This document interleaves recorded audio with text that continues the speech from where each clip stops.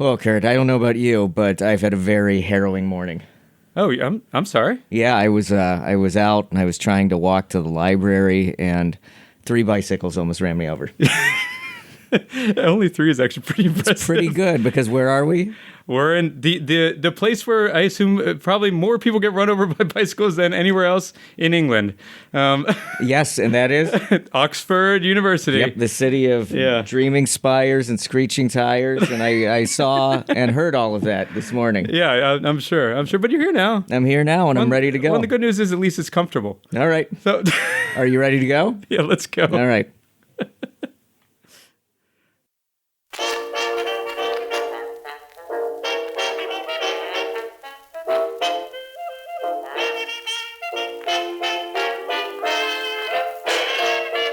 Greetings, colleagues. Welcome to the Ivory Attic. I'm Ian Isherwood.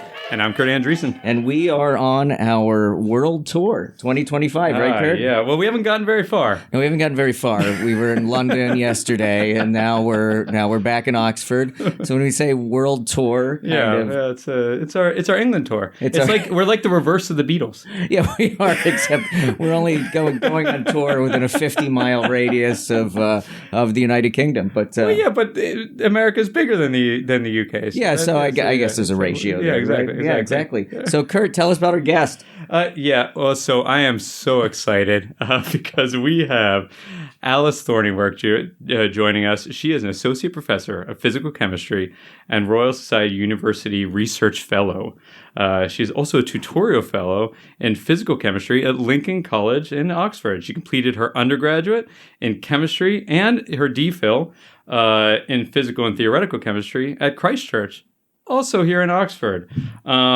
Her doctoral research was actually focused on colloidal model systems, which is some of what she still does, but something that she changed a little bit as well. She then, in 2016, moved to the Cavendish Laboratory at the University of Cambridge as a postdoc with Professor Ulrich Kaiser, which is where I actually met her because I was working in the same group at the time. And I thought, wow, this person is much more impressive than I am. That doesn't take much. No, but she far exceeded it. And I thought, boy, it would be great if someday I can actually talk to her about this cool stuff on my stupid thing that I do here. And luckily, she came back to Oxford, got herself a professorship, and now we get to do that. And now we get to do it because we're in the same place at the same time. Welcome, Alice. Hello. Thanks for having me. It's great to. I will say, Alice is on a personal note, one of actually I think I can say this, my favorite person that I've ever collaborated with in work ever. So this is a big deal for me to be able to get her on the show with us. Well, and that's very high praise. Yeah. Well, she's also again, as I pointed out before, one of the problems I didn't realize. Wait. Is this collaboration? Yeah. Okay. All right. Then that makes more sense. Yeah. Let's. We know where you stand. But she also, and I'm gonna really embarrass her right before we start. She also, I will say, is one of the smartest people I've ever worked with, which is also a really fun thing to have to do. And so she's gonna show us some of that, right, Alice? Yeah, okay. We can have a go at this. I think it's important to note you've collaborated with me for about 2 weeks. Yeah. So there's lots of room for maneuver on this at this point. Hey, listen, well, we technically collaborated while we were in Cambridge and got on that great paper that no one has cited yet. Yet. But someone asked me about this the other day. So okay, good. There's still some room for that to happen. We'll get there. Okay, great. Alice, so thank you so much for coming. One thing we always ask our guests, and this is going to be super interesting for me because I feel like I always like hearing the story. How did you end up where you are right now? Did you always know you wanted to be a professor? No.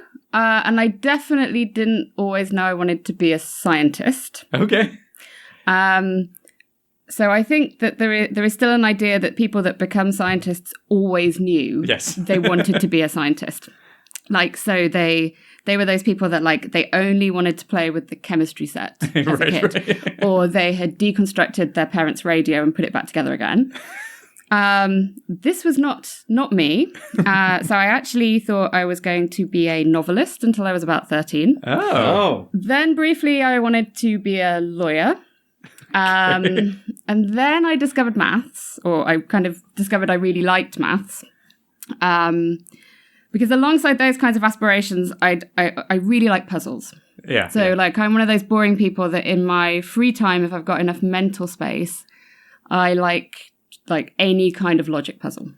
Okay. You know, any kind of logic puzzle, cryptic crosswords, jigsaw puzzles. This is what I would like to spend my time doing.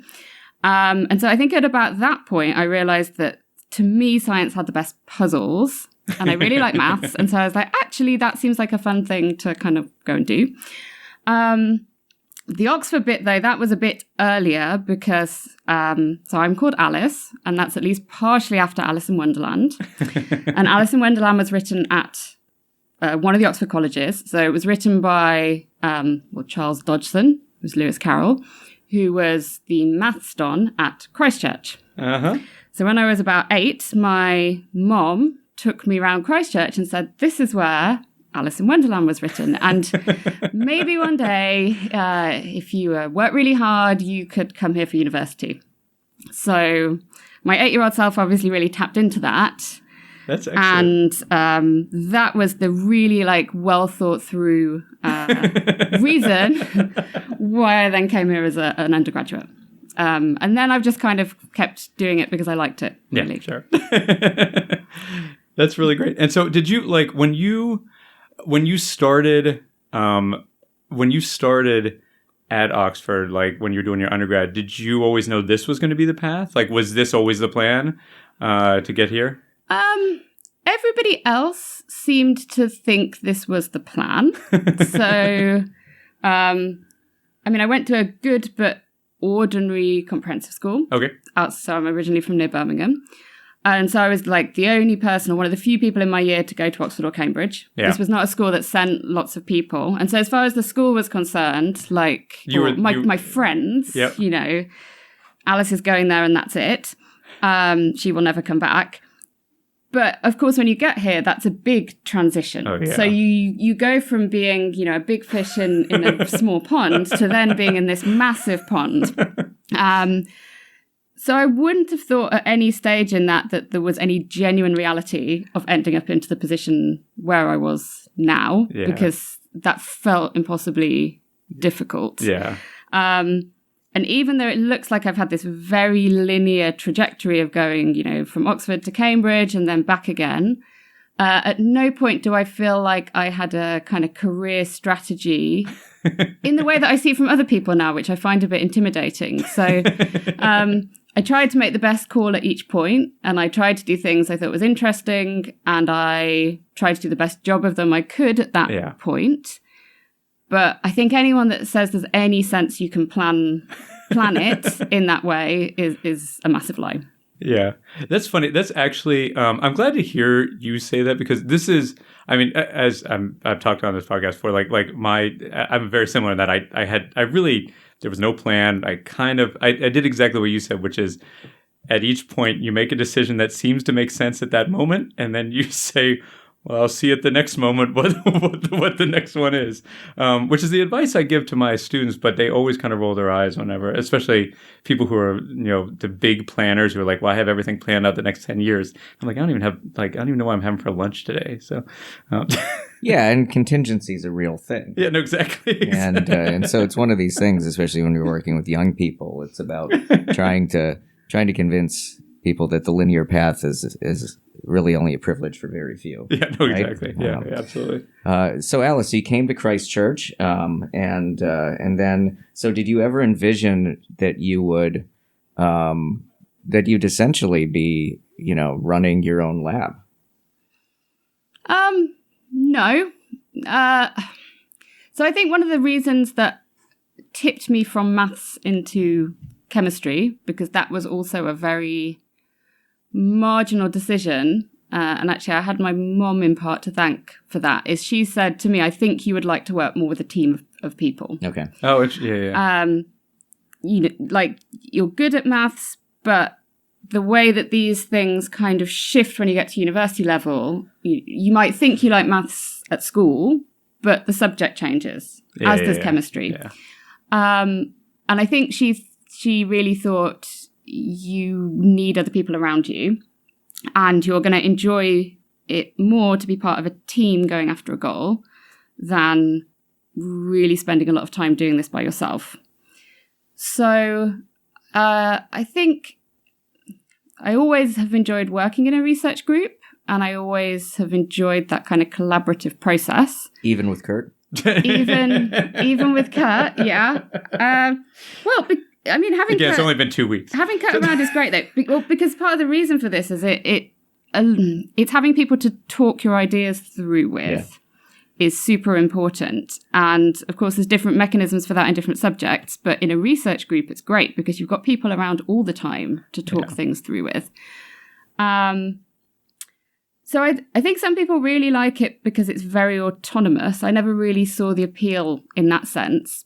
But I think as I went through the process, I increasingly thought, okay, I've got an idea of how I want to do this and the kind of things I want to look at and the way I want to bring on other people to do science. And to do that, then you really have to get through enough hoops to run a group, right. I would say. How do you find, because one of the things that always terrified me, I will just say, about being in the type of position you have was actually dealing with the money side, like having to think about big budgets and like taking care of people and that type of stuff, which obviously like they never give us any training in at all. Was that something you thought you were going to be good at, or is that something, do you know what I mean? Like, was that something you sought out, or is that just, it's part of kind of doing, business, I guess, for lack of a better word? Yeah. I mean, I think I see that as part of the job. Yeah. So one thing for sure is that the position I have now is a much broader job than I would have understood when I started out. Because it's very different to being just a kind of lone research fellow pursuing your own ideas. Because it's not quite like running a small business, but it's not that dissimilar to running a small business. In that you are doing all of the hiring, you have to bring in the funds to a certain extent. You're the person primarily in charge of like the health and safety and this kind of thing.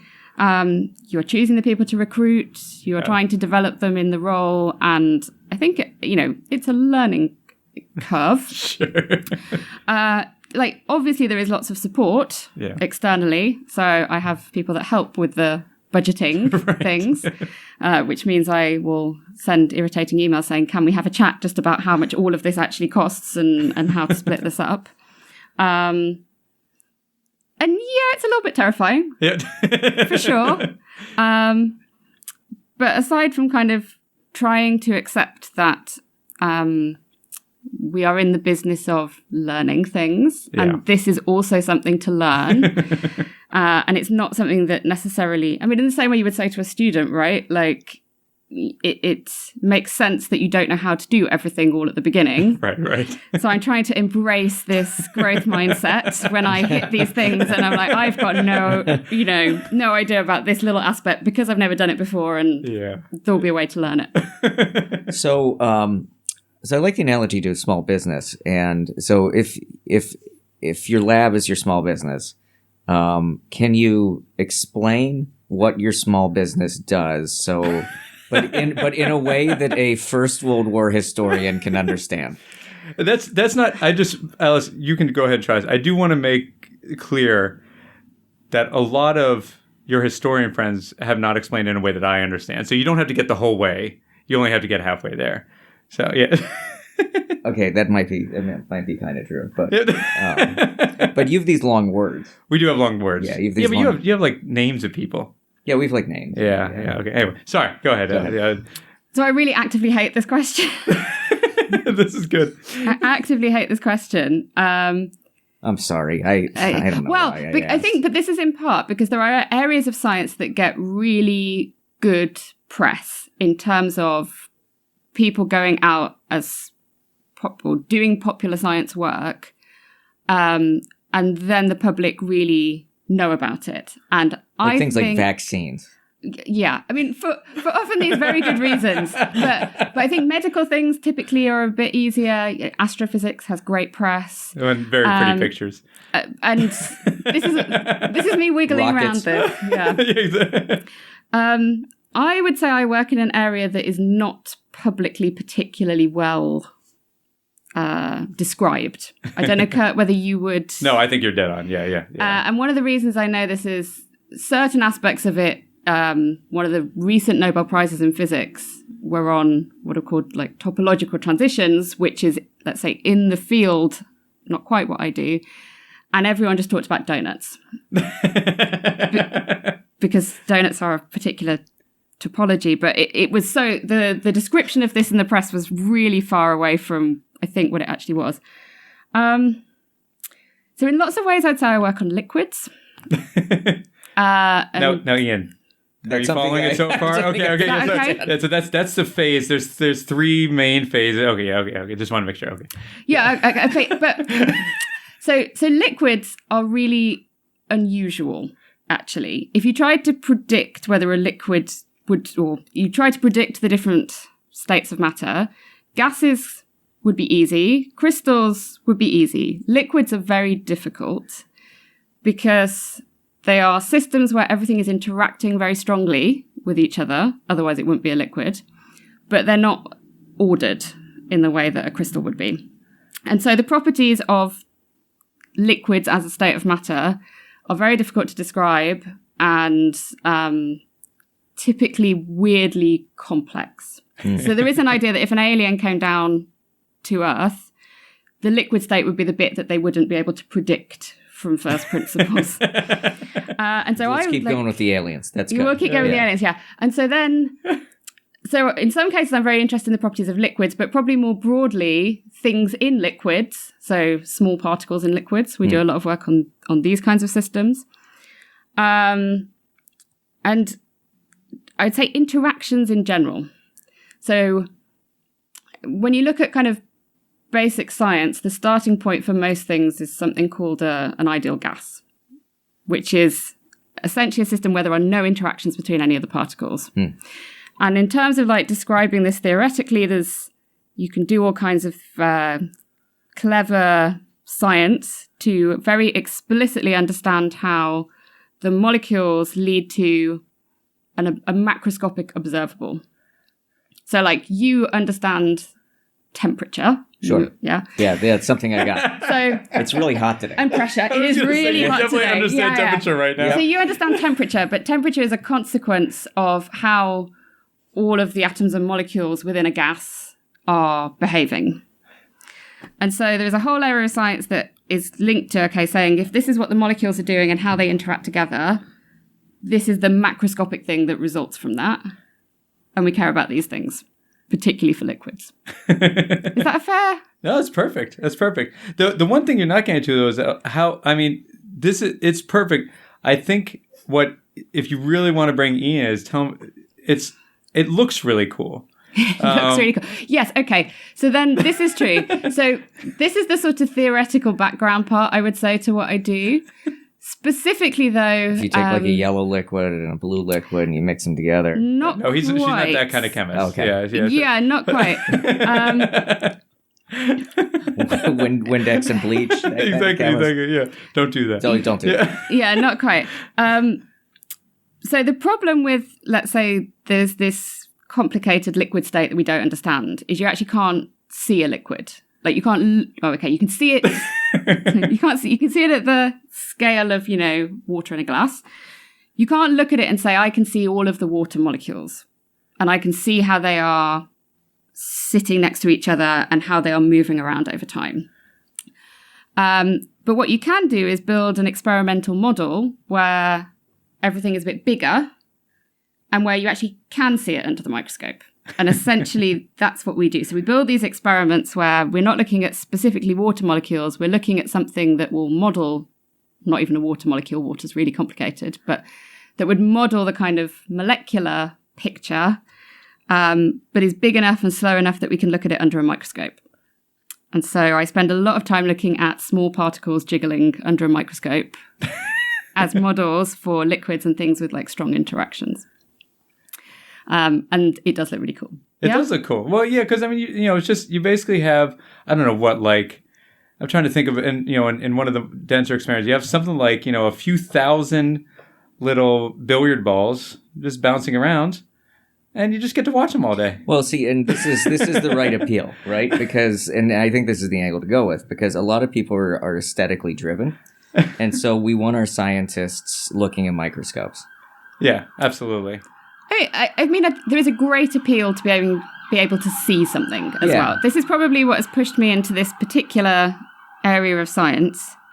In that a lot of, so I'm a physical chemist, which is also the part of chemistry that most people don't understand what that is, which doesn't help. That's the part I'm most interested in. So it's a bit on the borderline with physics, but quite a lot of the experiments there are something called spectroscopy, where you get a very indirect measure of what something is doing. I always like to be able to really see it, so I can sit there and watch these systems and say, how do you know to do that? And the reality is you can get very, very complicated behavior that comes out of very simple rules. But obviously none of these things really know what they're doing. They're just behaving according to the laws of, I'll do the big words now, statistical mechanics. This is actually the area that I really am interested in. But it really helps to be able to see it. Yeah. Well, because, I mean, it is funny that, like, no matter, as scientists, no matter how much you can measure something, and obviously we believe those measurements, things like that, there is something fundamental about the fact that when you're actually seeing with your eyes and processing it, it turns out we're really, like, as humans, we're really good at that stuff. Like, and in fact, one of the funny things that one of the things that I've been working on in Alice's lab is that, like, a lot of the time I feel like we're trying to characterize the stuff that our eyes are already doing and getting the computer to see the same things that we are actually seeing. So for instance, one of the things we spend time doing is, for instance, trying to track these little things as they move around, which our eyes actually do quite well. And computers do pretty well, but you have to coax them a little bit to get them to actually do it, which I always find kind of funny. Absolutely. I guess. I mean, I've never done it before. Yeah. What? I've looked into a microscope. I've never seen things jiggling. But which microscope were you looking into? Like a slide, like in bio class. Yeah, but that's the least interesting thing that you can look at with a microscope. This is the thing. I do think that in some ways, and I mean, I think the thing that is really interesting about the stuff that Alice is doing is that, like, that Alice's work is this funny kind of stuff that, like, I love it because when you actually explain it to people, especially to other scientists, they immediately think they know the answers, which is that, like, it's one of these fields where people think, well, that should be simple because I know, because again, they really are like these things, like, it's these tiny little billiard balls basically to some extent that are bouncing around against each other. And they're just being driven by the fact that there's thermal motion, right? This is the stuff that, when were they looking at the dust particles? When was Brown looking at the pollen? Yeah, the pollen. Yeah, so we can do a bit of history now to be really interdisciplinary. Yeah, no, it sounds perfect. On this. Exactly. So, towards the end of the 19th century, yes. Yeah, that's right. Yeah. This was a big mystery that when they looked at pollen under the microscope, they would see these things jiggling around. And initially the idea was, I mean, I think there were earlier observations, but the famous ones are from Robert Brown at the end of the 19th century. Initially they thought it was because the pollen was alive and they were seeing some kind of life force. But then Brown was, I think, pretty smart and did the same experiment with lots of other things that were about the same size as a pollen grain, but were clearly not alive. So I think at one point he ground up a bit of the Sphinx or something like this, just to be really sure that actually if you did the same experiment, you would see this same jiggling. Did you just say ground up a little bit of the Sphinx? Maybe not the Sphinx, maybe He ground up some sort of very old artifact. That's really funny. To demonstrate. It's very late 19th century. Yeah. This might not be true, but the story is he did this to really demonstrate to people. You know when you get that reviewer that just won't buy what you're telling them? Number 2, reviewer 2. Always. Yeah. To really verify for that person this wasn't because the thing was alive. He did it with some very old bits of rock. And you always saw the same thing, but this was really difficult to explain because at that point, when I said, it's difficult to know what's going on in a liquid, people hadn't accepted that there were atoms and molecules. And you can't explain this jiggling of these small particles without atoms and molecules. Right. And so I try and tell my students this is the most important chemistry experiment that ever happened because I feel like knowing that things are made from atoms and molecules is very fundamental to our entire picture of how everything works. And really it was these experiments on these things jiggling around that gave really a kind of conclusive proof. And then lots of people did theory on this, including Einstein, to demonstrate there was this link. But it literally was something people could look at with their eye. And the only way you could explain it was there were molecules. Yeah. So we now do a more sophisticated version of that same experiment, but still cool. And there's still a lot of things I think that are not understood in these systems, even though the experiments are quite simple compared to what people do now with clever microscopy. Yeah. So you teach at Oxford. It's a very different place than where we teach. What's the teaching like? So Oxford has a very specific teaching system called the tutorial system, which is run through the colleges. So if you're a chemist, you go to lectures in the department, you go to labs in the department, so centrally with all the other chemists, but you are then attached to a college, which has between 2 and 4 chemistry tutors, who then teach you in this very small group environment. And it's not really teaching new material in the same way, it's getting them in and talking through the things that they have done in lectures and problems that kind of expand from that.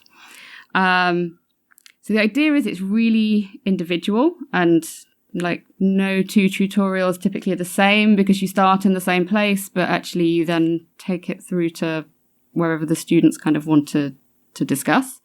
That's quite challenging when it's not exactly in your area because they are very smart. But it's a lot about trying to get them to think a bit more carefully with things and actually discuss how to think about things and how to, I guess, build, for me, physical picture.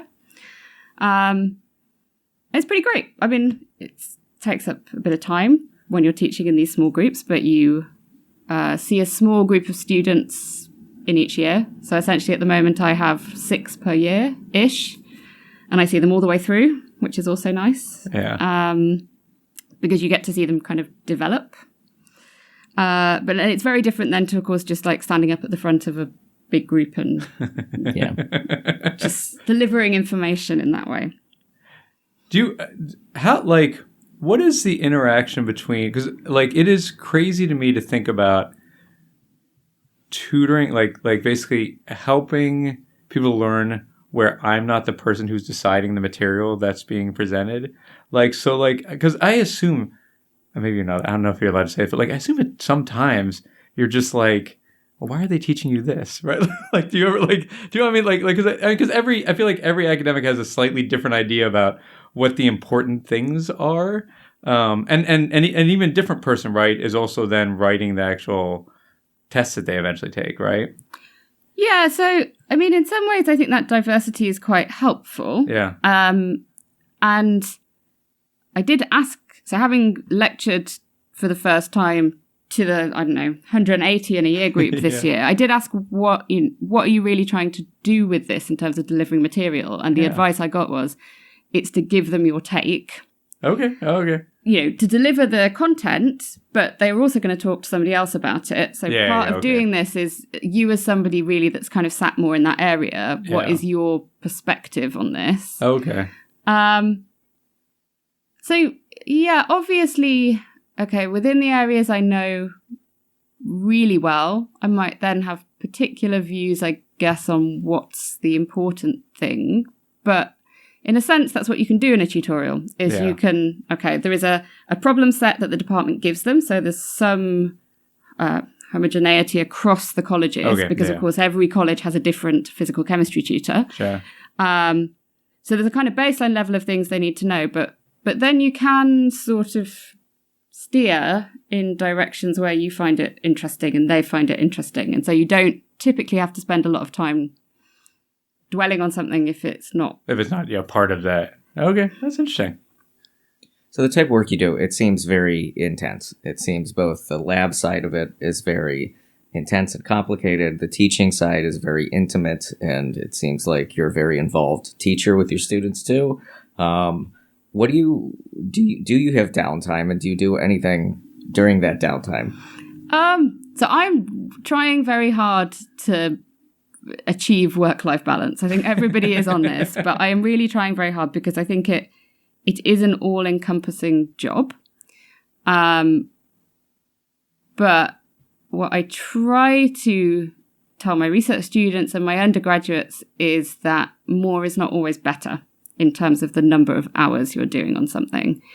And part of the skill is managing your time carefully enough and the time you're taking off to be as productive and effective as you can be in the time that you're actually working. During the terms are very short, so that can be very intense.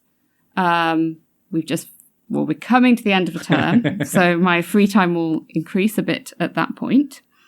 But I have decided I need a lot of time sat on the sofa watching television, essentially, to be able to think through all the problems that I have to deal with sufficiently well during my day-to-day activities. Yeah, you need to change your brain over and do something else.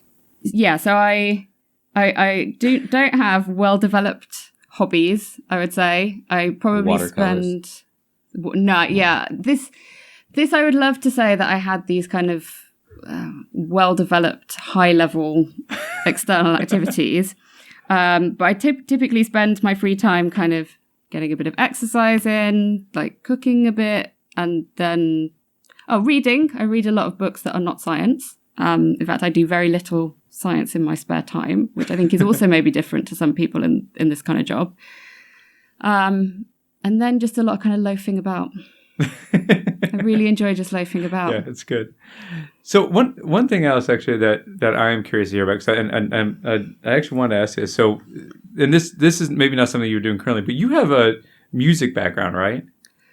Like you did music. So I did a lot of music at school. Okay. So I have an A-level in music in addition to the science subjects, and when I was at school, I used to play in orchestras quite a bit, and I had a really good violin teacher, and I really used to like kind of learning with him.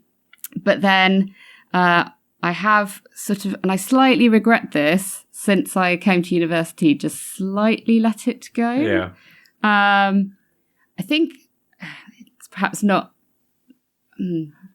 surprising that being in this kind of arena, I'm pretty competitive, which is a double-edged sword. Uh-huh. And I think one of the things about the music was at the point that I couldn't be practicing it kind of an hour or two a day, which is what I was probably doing when I was at school. It started to slip. Uh-huh. And I was so into the chemistry and there was so much chemistry to learn, I decided I had to pick my battle. Yeah.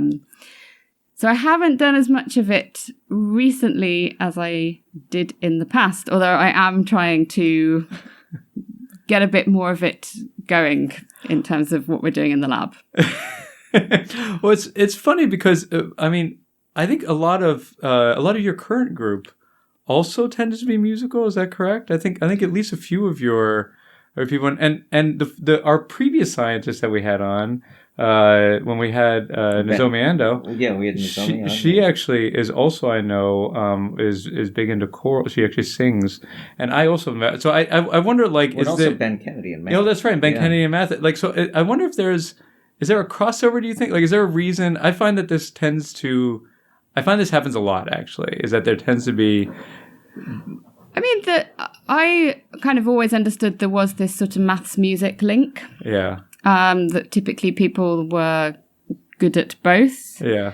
Or often they were. And of course, in physical sciences, typically you have good mathematicians. Sure.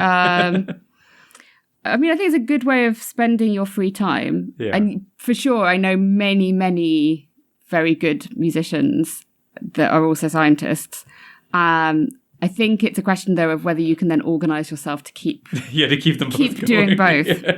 So Kurt's been on me to form a band for the last few years with him, so I think you should take the stab of that this summer, I think. Okay. So he's got a guitar in the place he's renting, and you have your violin. Yeah. And the two of you can form a band. You just got to pick a genre. Yeah. I think violin and guitar is a little challenging, but we can try. I do vocal too. Yeah, I can sing. I can sing stuff. You can sing, and but you got to pick the genre. Yeah, I mean, with a violin, you're probably looking at some kind of folk thing, but you could spice it up. Good bluegrass. Oh yeah, bluegrass. Okay, we'll look into this. You could bring bluegrass to Oxford. I mean, it'd probably be different. A little touch of Appalachia. That's right. I can buy it, honestly. Yep. Your beard works both ways. Lord Kelvin by day, exactly. Bluegrass musician by night. Excellent. Well, that's great. Well, what do you think? Do you want to take a little break? Yeah, take a little break, and then we'll bring in for our next segment. All right, sounds great.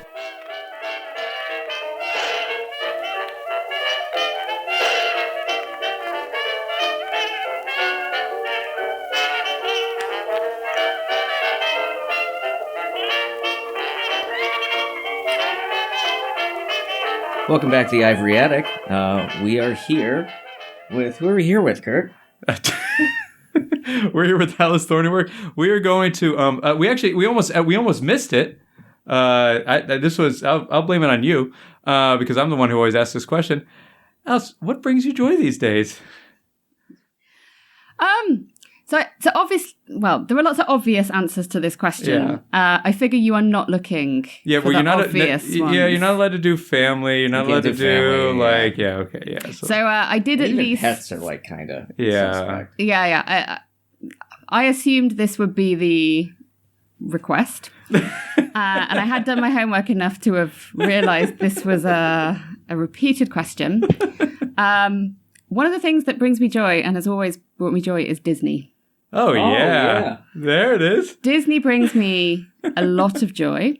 In fact, the earliest career aspiration was Disney princess. And I mean, my family think that would still be a goer if it was offered.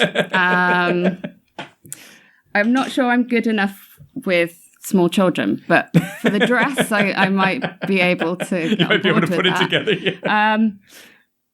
But I love it both from the sort of artistic side. I love it from the technological side. I read a lot of books about Disney and Pixar and how they built the theme parks and how they developed the techniques to make the films.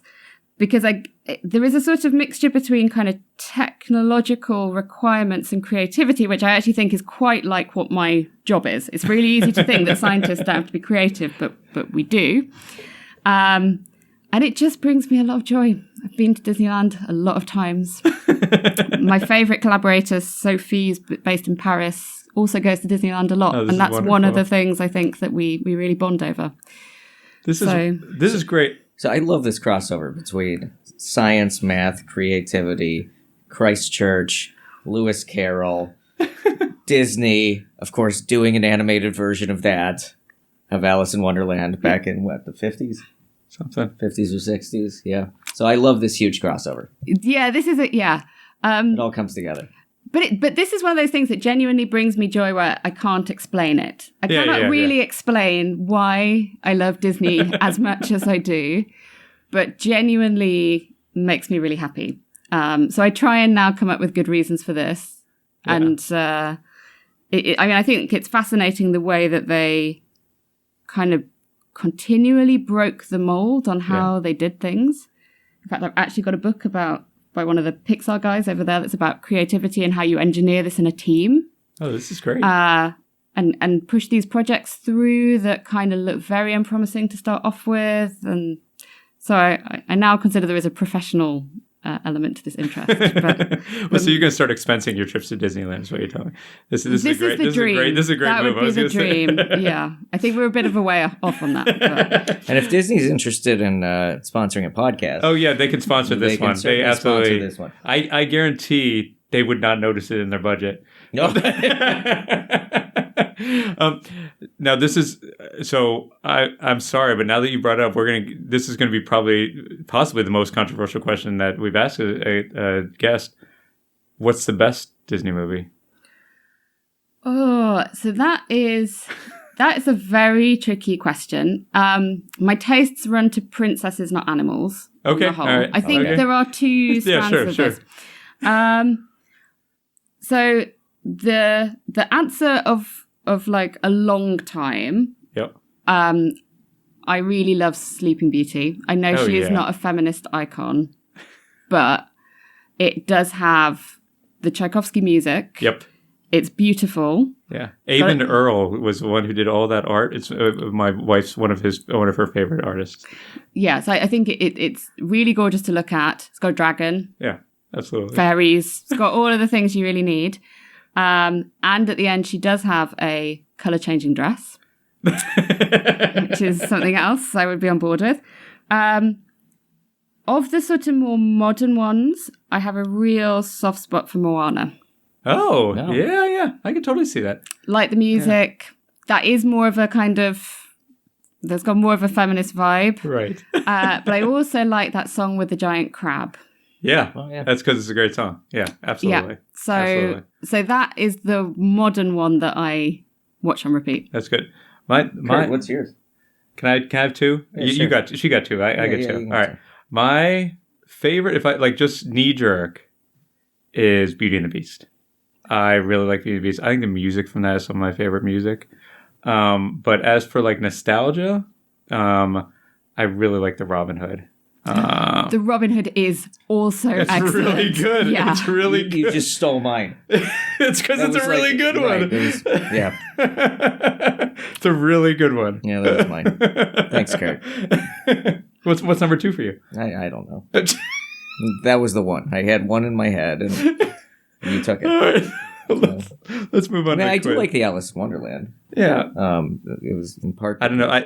That was one of the ones I watched a little too early, and the Cheshire Cat really creeped me out. Yeah. So this is probably too personal, but my wife often compared to going to her in-laws' house as going basically down into the rabbit hole and then emerging into Wonderland, where everything was different and chaotic and the opposite of what it should be. And she didn't know what she should eat and not eat. That's right. So that's always stuck with me because I see that as a very normal film. And I'm like, okay, I understand the thought process that's going on here. All right, you got a quiz for us? I got a quiz. All right, but you guys say where are we going? We are going to our next segment, which is Did You Know? So we have altered our quiz. We used to go, we got a little sick of asking Dean Chat to come up with questions because, to be honest, Dean Chat was just kind of... It was all atrophy, it seemed like. Yeah. Just phoning it in. Well, so what we've done is we've done the normal thing in academia. Dean Chat is still employed. Yep. But they just have another set of responsibilities that are kind of undefined. We don't know exactly what they're doing. And I think promoted. They've been bumped up and they're still making a good paycheck. But then we've decided that we needed a new specific position just for doing the quiz, which we now have. Who are we going with now? We have Associate Dean Chat. Associate Dean Chat. Okay, great. Perfect. Associate Dean Chat, soon to be promoted to Dean Chat because Dean Chat's going to be bumped up. Dean Chat's going to be VP. VP. Yeah, VP, absolutely. Okay. So thank you for coming on, Associate Dean Chat. Thank you for submitting these questions. I will now put them to Alice. So, okay. Alice looks so worried. Alice, simply answer true or false to the following highly scientific and completely accurate statements. And they put in a joke. No need for a lab coat or safety goggles for this one. Yeah. By the way, I even threw I will warn you ahead. I think I threw which is that Alice has a whole other interesting bit of work, which is on nanopores, which is what we're actually going to be talking about. Okay. So yeah, so basically pulling things through really small holes with electricity. Yeah, so that's what a nanopore is. I don't know. I mean, a nanopore is essentially a very, very small hole in a membrane. That's all it is. Okay. There you go. But, okay, so this is why I say I do liquids in general, because you then fill it up with a liquid, right? In fact, you actually basically then fill it up with salt solution, like salt you would have in the kitchen. And then you pull things through it. Okay. There you go. All right, so the nanopore quiz it is. Number 1, true or false? Your favorite pickup line involves asking if someone wants to pore over some data with you. Okay. I really struggled to understand the link at that point. No. I mean, it's funny, when you said this was true or false... Sometimes this isn't me. We set true or false questions. Yeah, okay, so that's the definite no. False, so... Okay, well, the dean is saying that that's a true answer, but I think it's pretty subjective. I would say that's pretty subjective, yeah. It's quite subjective. So we're going to go, yeah. It's about her pickup line. Well, that's right, and that was just a warm-up. Okay. True or false? You've ever tried to explain your research to your grandmother, and she responded, so it's like a really, really small colander? So I haven't tried to explain it that way to my grandmother, but I have had a colander in a presentation that I gave because actually you can use them to sieve things. So actually that's probably true. Oh, I knew the new dean was going to come through for us. That's right. I knew it. See? Okay. True or false? You got 100% so far. 100%. You've had a dream where a DNA strand was trying to squeeze through a keyhole, and you woke up muttering about translocation rates. See, we got it. Yeah, I mean, I feel like this is we're now really getting into Alice in Wonderland territory. I mean, that's quite specific. So no, I mean, I don't think I have dreamt about it yet. Okay. But it's not implausible. Can we go for maybe? Maybe, yeah. Maybe, okay. I'll accept it. You'll accept it maybe. Okay, good. True or false? You consider a good Friday night to be getting a perfectly clean current trace. There is some truth in that one. Okay. Yeah, for sure. The thing about doing simple experiments is it's really nice when they just work really, really well. So actually that would be pretty great. All right. So final question. You've spent more time optimizing buffer conditions than you've spent optimizing your social life.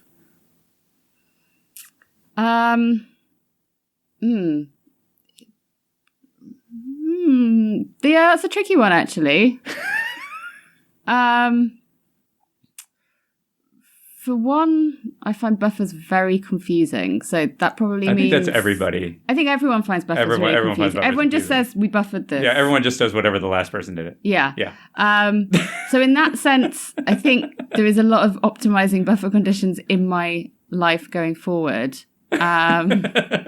So that might overtake the social bit, but for this point, probably I've spent more time on the social stuff. Well, good. That's what it said you should. So. Okay, yeah. Great. So congratulations. 100%. Thanks. 100%. Amazing. 100%. This is Only now. Oxford I was going to University. say now we 100%. know why you're here. Yeah. This is actually this we actually put in. The dean specifically said that can only be gotten 100% by an Oxford person. Yeah. So yeah. So congratulations. Yeah. That's a big. Thanks. So, yeah. Where are we going now? Our next segment is called "What's Your Style?" Our style segment, where we ask people what's their style. I'm so excited about this, Alice. This is because I think you have feelings about this. I have feelings about this. I mean, I think this comes back to there is still an idea of what a scientist looks like. I think we are trying very hard to diversify what a scientist looks like, but it's quite slow progress. I struggle to come up with what my actual personal style is in a like short phrase. I'm not. I mean, I could immediately say I do care quite a lot about clothes and makeup, and I think that is not the stereotype. I have quite a lot of dresses. I mean, I really do not conform to the jeans and a t-shirt mode of scientists. I'm not saying there's anything wrong with this. This is a difficult question to answer about yourself, though, isn't it? Oh, yeah. Unless you deliberately set out to have a particular style. Right. Well, it always kind of evolves, I feel like, yeah. But I think, do you find, so one of the things, I think one of the challenges you have that possibly, let's say, we don't have as much in, like in Gettysburg, is that there's also like the weird historical side of like, right? So like you're an ancient university. I was gonna say, and so for like, and for certain events, right? Like you have specified dress, right? Like at college, for instance. Bit less so for me now. I mean, we still wear the gowns. The academic gowns are still a thing. I mean, the undergraduates have specific clothes they wear for exams, for example. So they have a bit of a uniform. I don't know whether that really impinges too much on what I wear at this point. I mean, obviously being in a lab, there are some restrictions that come with that. So yeah, I don't know whether that, I mean, I think Oxford is known for being quite eclectic. Yeah. In the range of people that kind of live and work here. So in that sense, anything goes. Yeah. That's one of the things I love about it. Yeah. It is a great place for people just being themselves, it seems like, or trying new things. I think that is true. I mean, in terms of style, I'm not saying in all aspects of life. I think still, though, like, I would say we're still in a place in science where I have turned up to lecture in a fancy skirt, and this has caused comment from my students in a really positive way. So I think we're still sort of setting role models in this area. Yeah. Not that should really matter, but I think having a bit more variety, I guess. I think we're still working towards that. Yeah. And in some ways, I now will do it on purpose. Well, because I think it's good that everyone should feel comfortable to wear whatever they want to wear. Yeah. And the people that are stood at the front of them are the people that in some ways illustrate modeling that sort of. Yeah, that kind of diversity is fine. Yeah. So that hasn't really answered your question at all, I'm afraid. That's pretty good. No, it's great. It's absolutely great. I was going to say. Yeah. I don't think we've gotten a better answer. Oh. I also have a cupboard full of shoes. So one bookcase in my office is full of shoes. Wait, I can put shoes on my bookcases? I mean, that's the correct way to do it. Wow. Mine are full of books. Do you ever read them? Well, no. Yeah. Well, yeah, I mean, I did. Alice wears her shoes. But... Right. Have we done it, Ian? I think we've done it. We've done it again. Twice in 2 days. Let's do it. Well, so let's go. Let's take a break. And we'll take a break, and then we'll bring it into Kurt's Cocktail Corner. All right.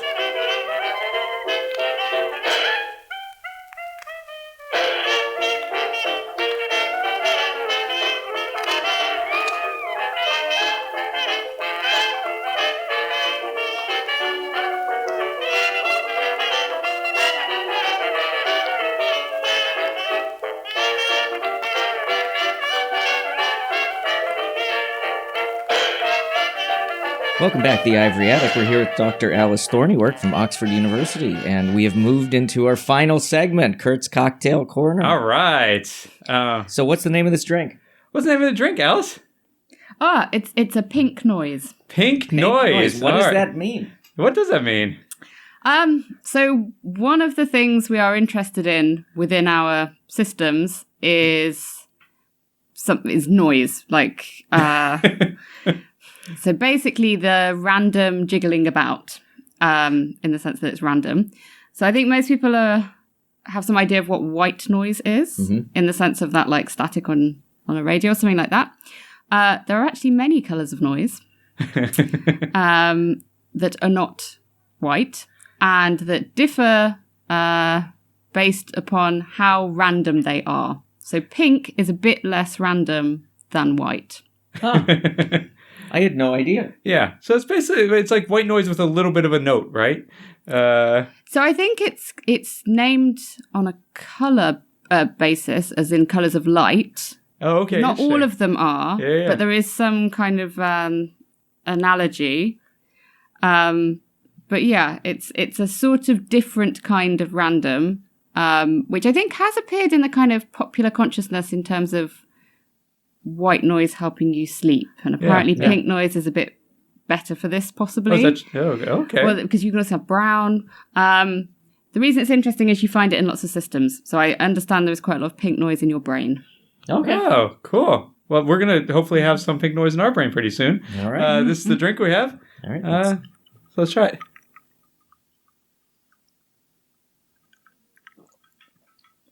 Oh, that's very refreshing. Oh, yeah. Oh, sorry. I'm actually just trying to work out what's in it. It is very refreshing, which is good because it is very warm. It is very warm. I will say, and I think I told you this earlier, I did actually change the drink I was going to make based on the current weather. It was originally going to be more of a like straight up cocktail style, and I was like, if we drink that, we're all going to die. So this it's did you get it? You getting any ideas? So you have some. You were more experienced than most people in that you had that your partner is also a good mixologist. So does he make you try to guess drinks? No. Oh, okay. Yeah, I saw what you put into it, but I actually can't guess because it tastes of more than I thought the level of water in it was going to suggest. Yeah. Well, what it is gin. It is gin, but it's pink gin. It's pink gin. Which do we have pink gin in the States? I think you could probably get it somewhere, but I don't see it normally. Yeah. But they had like 6 bottles of it. It seems quite popular here. And it's gin with some flavors in it. I don't know. Strawberry, I think. Yeah, this is strawberry. Yeah. Yeah. And then we also had, what is the stuff that you brought me? It's a rose liqueur? Yes. Yeah, okay. Which is also pink. I think you've just taken a load of pink things and... Well, sometimes I'm clever and sometimes I just go straight to the... It's a little lazy there, Kirk. Well, but can you figure out what the extra thing is in here? Yeah, they're pomegranates. I can see them. Yeah, but what... Can you figure out why I put the pomegranates in? I also put a bit of lemon juice in just to cut a lot of the sweetness. Nope. So, Alice, these are your colloids. Ah, yeah, okay. They're your little colloids. They're all jiggling along in the bottom of the glass. That is clever. I'll give you that one. That one's floating. Okay, I see that. Yeah, good. So this should now be your lab drink. This should now be, because we've got a sedimentation diffusion equilibrium in the glass. See, I knew you'd like it. Indeed, yeah. Excellent. Well, Alice, I think on that note, I think we've done it once again. I don't know how we keep doing it. Just professionals, I think. I think that's it. Yeah. We're growing into our maturity as podcasters in season 3. Absolutely. Well, Alice, thank you so much for joining us. Thank you for giving us your time. I was going to say... thank you for taking care of him. Yeah, and it's really... it's been wonderful to talk to you. It's wonderful to have you on, and I know that your time is incredibly valuable, so I appreciate you giving it to us. You're very welcome. Listeners can follow us on social media, on Instagram, on Blue Sky, on Facebook at The Ivory Attic. You can also email us at mail@theivoryattic.com. And please subscribe, encourage other people to subscribe and listen. Yeah. And throughout the rest of the higher education universe, I think we need a little bit of levity. I think we need a little bit of of positive energy these days. Absolutely, So and we're bringing as much as we can. we'll bring as much as we can. One quiz, one drink at a time. Absolutely. All right. Thank you all for helping us rummage through the Ivory Attic. I'm Ian Isherwood. And I'm Kurt Andreessen. And we'll see you next time.